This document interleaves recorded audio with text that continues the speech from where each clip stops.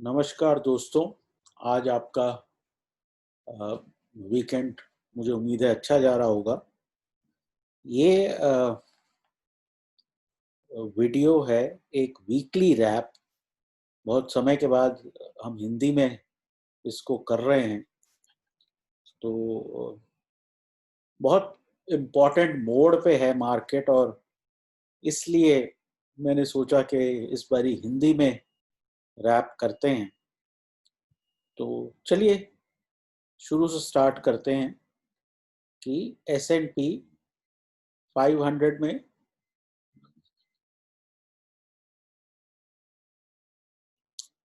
किस तरह का हमें वो मिल रहा है इंडिकेशंस।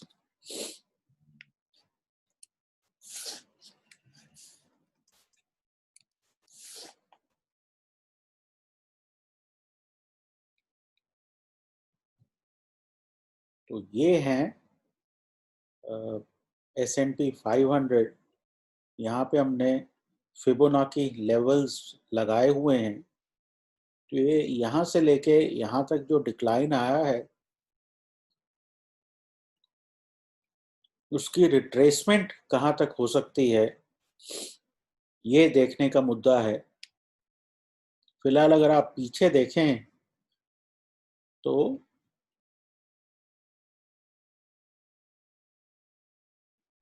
हमें एक तरह का हेड एंड शोल्डर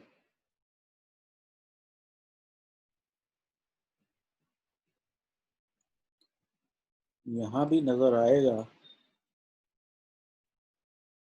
तो ये इस हेड एंड शोल्डर की नेकलाइन है। अब ये चीज़ें जो हैं परफेक्ट नहीं होती, लेकिन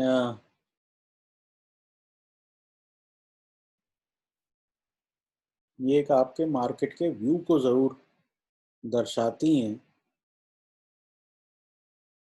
ये आपका हो गया हेड, ये हो गया शोल्डर। ठीक है, 3350 के आसपास आपका ये नेकलाइन है, और कुछ 3600 मोटा मोटा वो है। तो ऐसा लगता है कि हम 250 पॉइंट और यहाँ से नीचे जा सकते हैं अगर इस नेकलाइन के पास से हम मुड़ते हैं।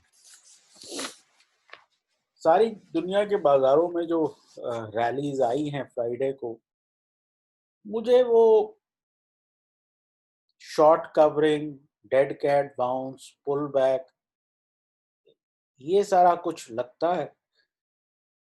ऐसा नहीं लगता कि ये कुछ फ्रेश चाल है।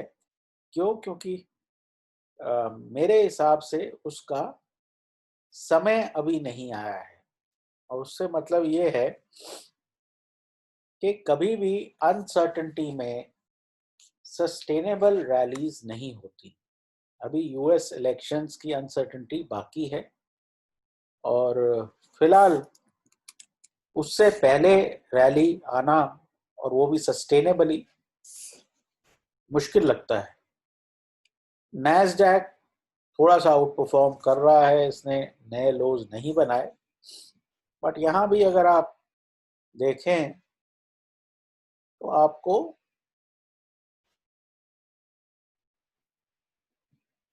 एक हेड एंड शोल्डर टाइप की चीज नजर आ रही है। तो अगर ये पैटर्न वर्कआउट करता है, लोग ये सोचते हैं कि हेड एंड शोल्डर का मतलब है वो हमेशा वर्कआउट करेगा करेगा।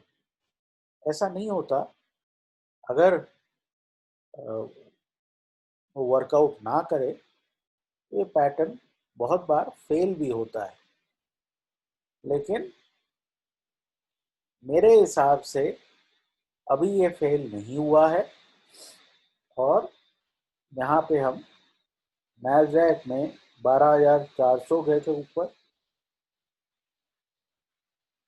नीचे हम मोटा मोटा 11,400 ले सकते हैं। तो इसमें 9600 का टारगेट आ सकता है। ये तब है अगर ये पैटर्न वर्कआउट हो। ठीक है, तो फिलहाल ये हो गया S&P 500 और नैस्डैक की बात। अब अगर हम इस शोल्डर से ऊपर जाना शुरू कर दें,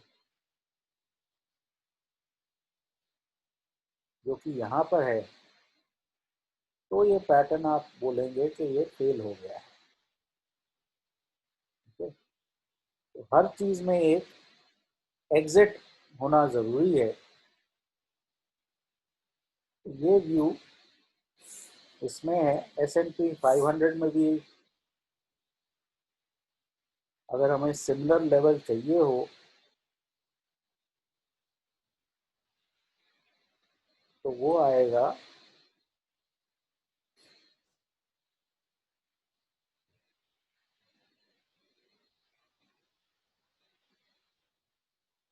3450 के आसपास। तो वहां पे आप इस शोल्डर के ऊपर निकल जाएंगे। तो ये तो बात हो गई अमेरिका के इंडाइसिस की। अब एक चीज जो हम डे टू डे मॉनिटर कर रहे हैं वो है डॉलर इंडेक्स, जो हेड एंड शोल्डर बाकी बाजारों में बेयरिश साइड पे है, इसमें बुलिश साइड पे है। यहाँ पे और अपसाइड की गुंजाइश लगती है। 94 से ये कुछ 92-70 तक गया था। तो यहाँ पे ऊपर भी 96-9650 तक जा सकता है। और अगर वो जाता है तो जैसा कि हमने फ्राइडे को देखा, FI सेलिंग कंटिन्यू हो सकती है। अब हम देखते हैं कि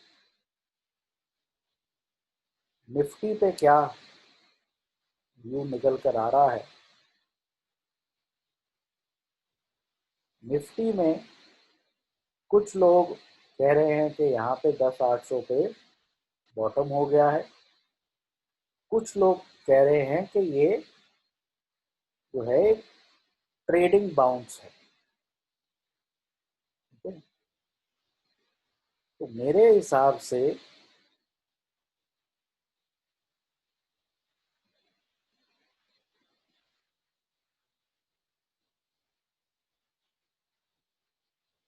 अगर आप इसमें भी एक हेड एंड शोल्डर टाइप का पैटर्न बनाएं,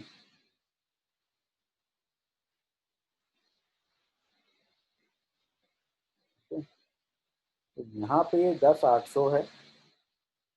ये जो है कुछ 11,090 है। तो ये 700 पॉइंट है। यहाँ से अगर आप 11,090 से 700 पॉइंट नीचे जाते हैं तो 10,400 तक का जोन आता है। ठीक है, अगेन यहाँ पे ये दाहिना शोल्डर जो है ये काफ़ी ऊपर है। तो आप बाएं शोल्डर की हाइट को एक अप्रॉक्सीमेट वो ले सकते हैं, जो कि 11,450 के आसपास है। अब इसमें मैं क्यों इसको बॉटम नहीं बोल रहा हूँ, वो इसलिए नहीं बोल रहा हूँ कि हेड एंड शोल्डर की एक खासियत होती है। जो ये तीसरा शोल्डर होता है वो कोलैप्स होता हुआ नीचे आता है। ठीक है? अगर ये आराम आराम से टहलता नीचे आ रहा होता तो मैं इसको राइट शोल्डर ना कहता या इसके बारे में बेयरिश नहीं होता। ये जिस तरह का कोलैप्स हुआ है पिछले हफ्ते में, मुझे लगता है कि बहुत अच्छे चांसेस हैं कि ये डेड कैट बाउंस है और एक हद के बाद यहाँ पे और फर्दर बाइंग नहीं हो।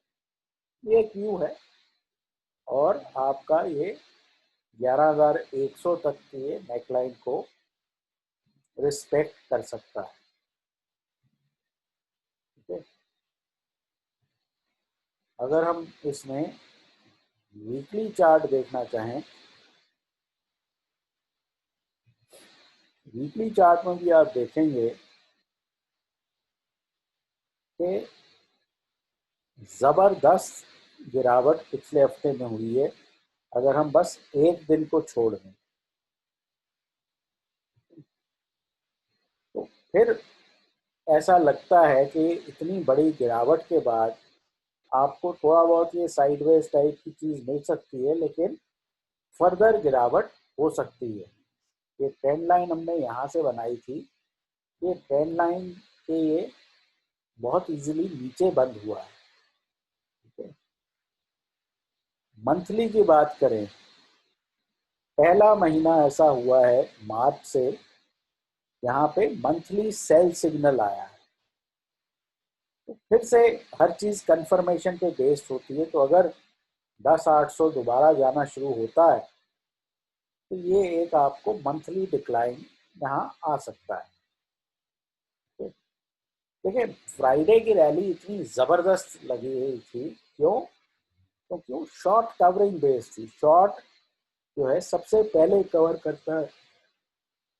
फिलहाल जल्दबाजी होगी ये कहना कि ये बॉटम हो गया है या इसमें और गिरावट है। हालात देख के बात करें तो हालात देखने से ऐसा नहीं लगता। दूसरी बात है बैंक निफ्टी।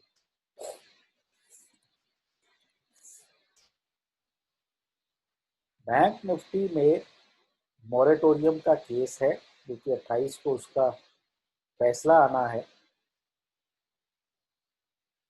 मेरा जो उसके ऊपर टेक है वो ये है कि इंटरेस्ट ऑन इंटरेस्ट माफ किया जाएगा, और उसके चलते हो सकता है बैंक निफ्टी में थोड़ी बहुत और उछाल भी आ जाए। ठीक है, तो ये बैंक निफ्टी जो है बंद हुआ है 21,982 के आसपास, लेकिन यहाँ पे अगर हम देखें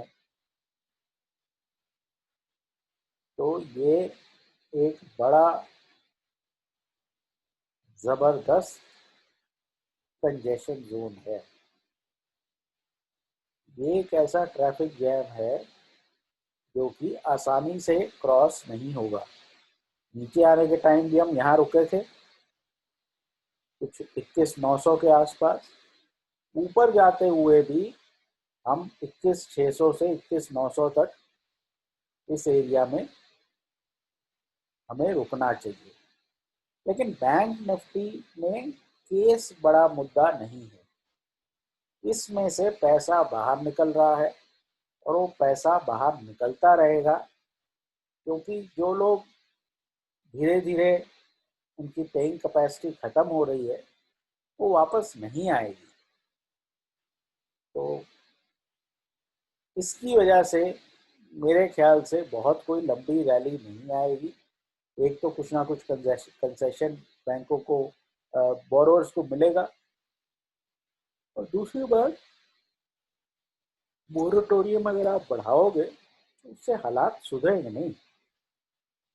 वीकली अगर हम देखें,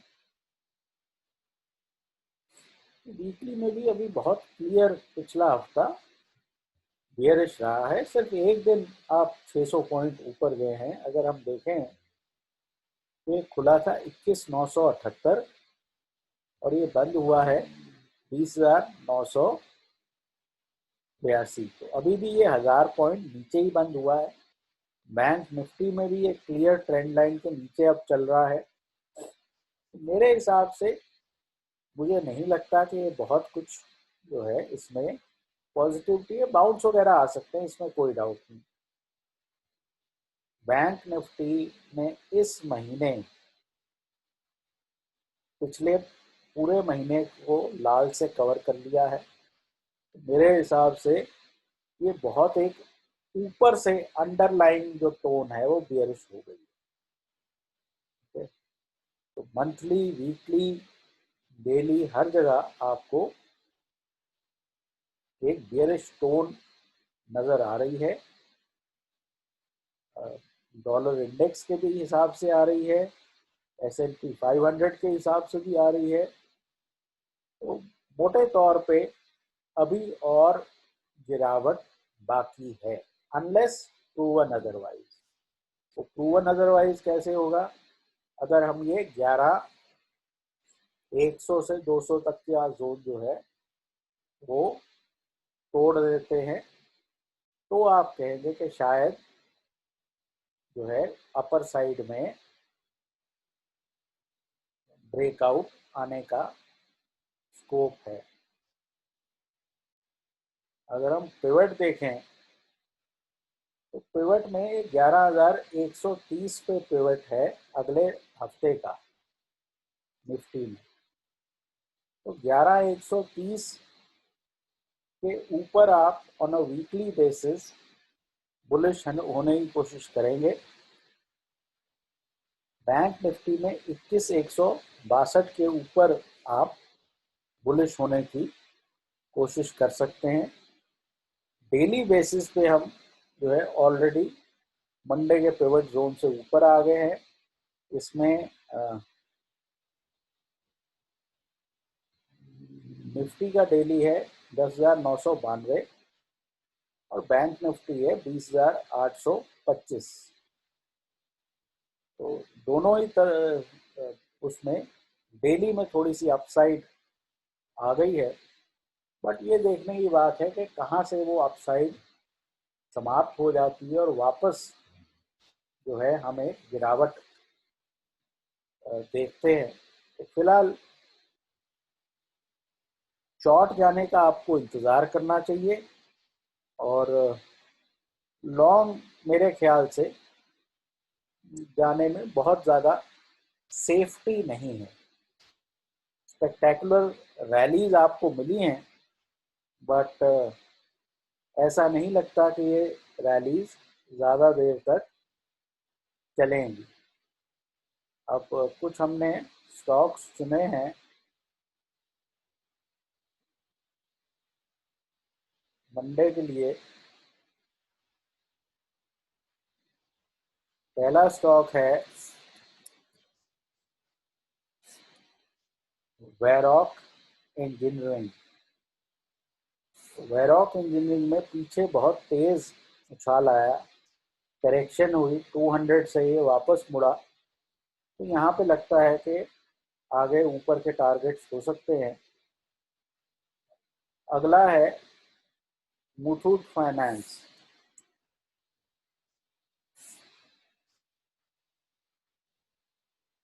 इसमें काफ़ी के एक करेक्शन हो चुका है, ऑलमोस्ट 200 के पास है। तो यहाँ पे आप अब इसमें अपसाइड की उम्मीद कर सकते हैं। उसके बाद है JSPL। ऑल्दो डॉलर इंडेक्स ऊपर है, लेकिन ग्लोबल मार्केट का एक्शन देखते हुए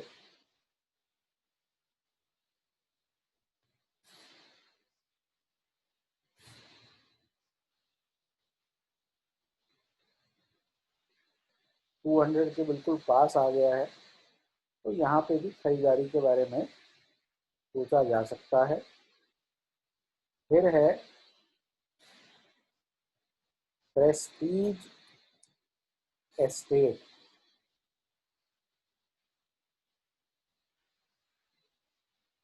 प्रेस्टीज एस्टेट में हम यहाँ पे एक कंसोलिडेशन में हैं और ये अपने लोअर सपोर्ट जोन के आसपास है। रियल एस्टेट में कुछ हम बुलिश एक्शन देख रहे हैं, तो यहाँ भी बाइंग हो सकती है।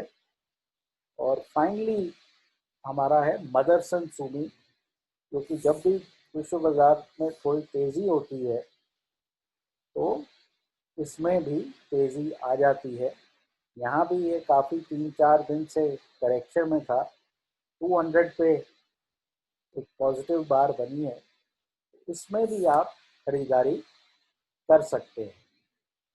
ठीक है, ज़रूरी बात ये है कि आर्ग्यू दोनों तरफ किया जा सकता है कि फ्राइडे को बॉटम बना या नहीं बना, बट आपको दोनों में से एक साइड देखना है। तो ये डिसाइड करना कि किस तरफ आपने जाना है, वहाँ पे एग्ज़िट क्या होगा, वो बहुत ज़रूरी है। एक आखिरी बात मैं आपको पॉइंट आउट करना चाहता हूँ, ये निफ्टी का चार्ट है, ये एडीएक्स है, डायरेक्शनल मूवमेंट, और एडीएक्स इंडेक्स, ये लाल लाइन जो है ये एडीएक्स की लाइन है।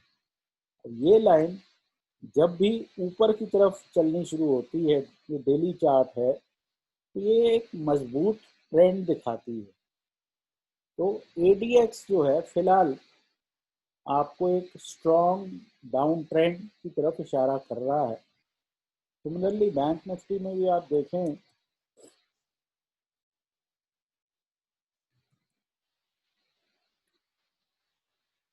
तो वहाँ भी एडीएक्स ऊपर चढ़ रहा है। ये दोनों जगह ही एक सेल ऑन रैली का मैसेज मिल रहा है। तो फिलहाल के लिए गलती लोग क्या कर सकते हैं, जैसा कि मैंने और जगह भी सोशल मीडिया पे कहा है कि एक ट्रेंडिंग बाजार में आपको स्विंग्स नहीं खेलने चाहिए। जितना मार्केट ज़्यादा ट्रेंडिंग होता है उतना वो एक तरफ ज़्यादा चलता है। तो मेरे हिसाब से ये अप स्विंग डाउन स्विंग वाला मार्केट नहीं है, इस टाइप का मार्केट नहीं है। ये मार्केट है यहाँ पे अप स्विंग का मतलब है ये फ्लैट टाइप की चीज़, और डाउन स्विंग का मतलब है नीचे जाना। और ये दोनों ही निफ्टी और बैंक निफ्टी जिस तेजी से कोलैप्स हुए हैं पिछले हफ्ते में, ऐसा मुश्किल लगता है कि ऑल ऑफ अ सडन ये सारा कुछ रिवर्स होके ऊपर चला जाएगा। तो ये मेरा व्यू है, आपका व्यू डिफरेंट हो सकता है, बट अक्सर ये देखा गया है कि अगर इस तरह का कोलैप्स हो तो मार्केट में एक सस्टेनेबल डाउन ट्रेंड आता है। और दूसरी बात ये है कि माहौल उस टाइप का नहीं है जहाँ पे हालात बिल्कुल क्लियर बने हुए हों, कोई अनसर्टेनिटी ना हो, क्योंकि अमेरिका में अनसर्टेनिटी बनी हुई है, वहाँ बनी हुई है, तो हमारे बाज़ारों में भी बनी हुई है। फिलहाल के लिए इतना ही। अपना ध्यान रखें, वीकेंड एंजॉय करें, और मंडे के लिए शुभकामनाएं आपकी ट्रेडिंग के लिए।